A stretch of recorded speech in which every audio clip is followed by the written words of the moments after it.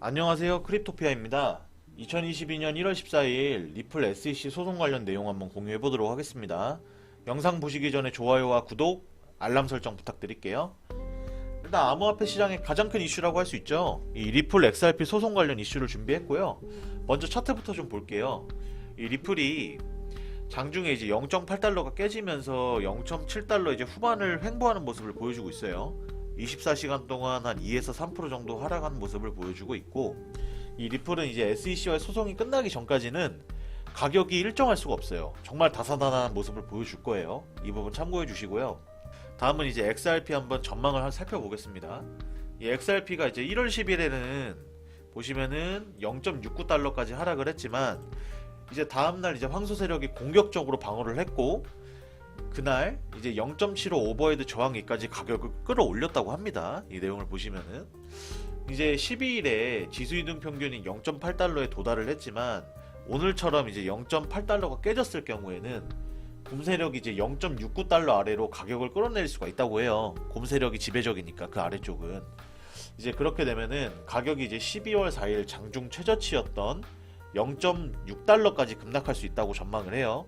이 부분 꼭 알고 계셔야 돼요. 리플은 SEC 소송이 끝날 때까지는 가격이 일정할 수 없고 계속 다사다난할 거고, 지금 곰 세력이 지배 중이라는 거, 이거 알고 계셔야 되고, 그 다음에 제일 중요한 거는 이제 리플 소송과 관련해가지고 정확하게 이제 공식적으로 발표가 되었죠. 리플하고 SEC 소송이 2월 28일까지로 연장이 되었어요. 약 이제 한 달 반 정도가 연기가 확정이 됐는데, 이래저래 이제 홀더들이 불안하고 짜증나게 만드는 상황이에요. 이제 리플 측 변호인이 밝힌 내용을 보면은 소송은 이제 2월 말까지 연장 요청이 공식적으로 완료가 됐고, 여기서 이제 제일 핵심인 부분이 이 리플과 SEC가 양측 모두 동의를 한 것으로 전해졌다는 거예요. 이게 정말 핵심 내용이라 볼 수 있어요. 그래서 살펴보면은 소송과 관련해가지고 이런 소식들이 트위터로 전해지자 불만 섞인 홀더들의 댓글이 확인이 되고, 리플 측 제임스 필란 변호사가 이제 홀더들한테 이런 말을 했어요. 이 사람들이 이번 연장 소식에 좌절감을 느꼈단 걸 나는 이해를 한다. 특히 리플 측이 이번 연장에 동의했다는 거에 대해서 많은 사람들이 비판적으로 바라보고 있다는 걸 알지만, 일단 우리는 지금 이상한 시기를 경험하는 중이다. 또한 우리는 마쿠에서 어떤 일들이 벌어지는지 모른다. 특히 이제 리플과 이 SEC 양측 모두 코로나 피해자가 있고, 만약 이제 리플 측이 더 짧은 연장이나 아예 연장에 동의를 하지 않았더라면 코로나로 인해 연장된 소송에서 그 와중에 싸우고 있는 좋은 변호사와 나쁜 변호사, 이렇게 나뉠 뿐이다. 이렇게 전달을 했습니다. 간단히 정리를 해보면은 이 리플과 SEC 측에서 서로 오미크론 확진자가 있던 거죠. 그러다 보니까 이 전문가 증인이 미참석이 되고, 그렇게 되니까 서로 양측 동의를 받고 연기를 신청을 한 건데, 사실 이 같은 내용을 이렇게 발표를 하면은 모든 투자자 입장도 비슷할 거예요. 납득이 안 가요. 설득력도 없고. 왜냐면 이제 코로나가 하루 이틀 상황도 아니고, 이해를 하려고 해도 이제 왜 연장에 동의한 것인지에 대한 명확한 설명이 안 나와 있죠.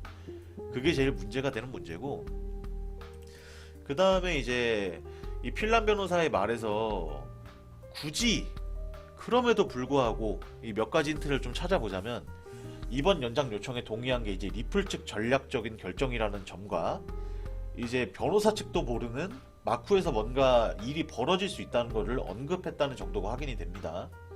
이런 정황이 밝혀지다 보니 이 홀더들 사이에서는 합의로 가기 위한 시간을 벌기 위해서 리플 측이 굳이 연장 요청에 동의한 것이 아니겠느냐, 이런 말도 돌고, 니들끼리 짜고 치는 고스톱판이냐, 이런 말들이 돌고 있고, 이제 미국 증권거래위원회는 이 리플과의 소송 문제에서 이제 윌리엄 힌만 전 국장의 연설문 초안이 담긴 이메일을 제출해야 한다고 이 법원에서 판결을 했어요.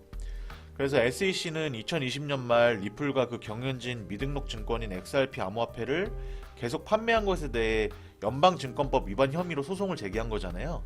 근데 그 연설문을 리플에다가 제출을 하라고 법원에서 판결을 했습니다.